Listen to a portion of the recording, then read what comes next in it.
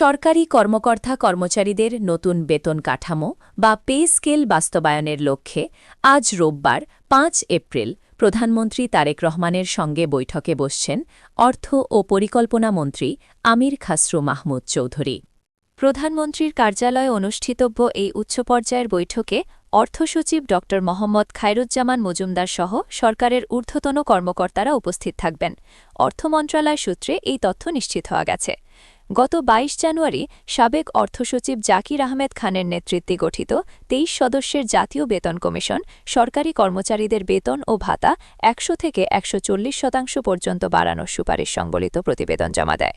ওই সুপারিশে সর্বনিম্ন ধাপে বেতন ৮,২৫০ টাকা থেকে বাড়িয়ে ২০,০০০ টাকা এবং সর্বোচ্চ ধাপের বেতন ৭৮,০০০ টাকা থেকে ১,৬০,০০০ টাকা নির্ধারণের প্রস্তাব করা হয়েছে। কমিশনের হিসেব অনুযায়ী এই নতুন পে স্কেল বাস্তবায়ন করতে সরকারের অতিরিক্ত প্রায় ১,০৬,০০০ কোটি টাকা ব্যয়ের প্রয়োজন হবে।